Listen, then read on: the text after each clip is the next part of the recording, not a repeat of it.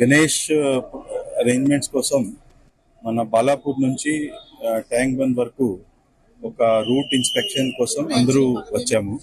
CP గారు, నేను, తర్వాత CP Rachakonda, GHMC commissioner, DCP south zone, south west zone, తర్వాత మన కలెక్టర్ గారు, ఆల్ అదర్ డిపార్ట్మెంట్స్ అందరూ ఒకసారి జాయింట్ ఇన్స్పెక్షన్ కోసం వచ్చాము.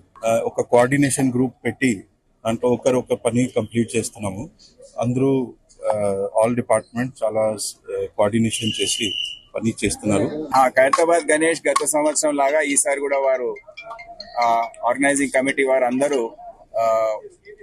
6:30కు బయలుదేరే విధంగా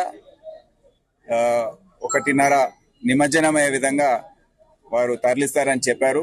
అది చేయాలంటే రాత్రంతా పూజా కార్యక్రమాలు కానివ్వండి ఇవన్నీ పూర్తి చేసుకొని ఉదయం 6:30 వరకు 70 అడుగుల విగ్రహం ఏదైతే ఉందో దాన్ని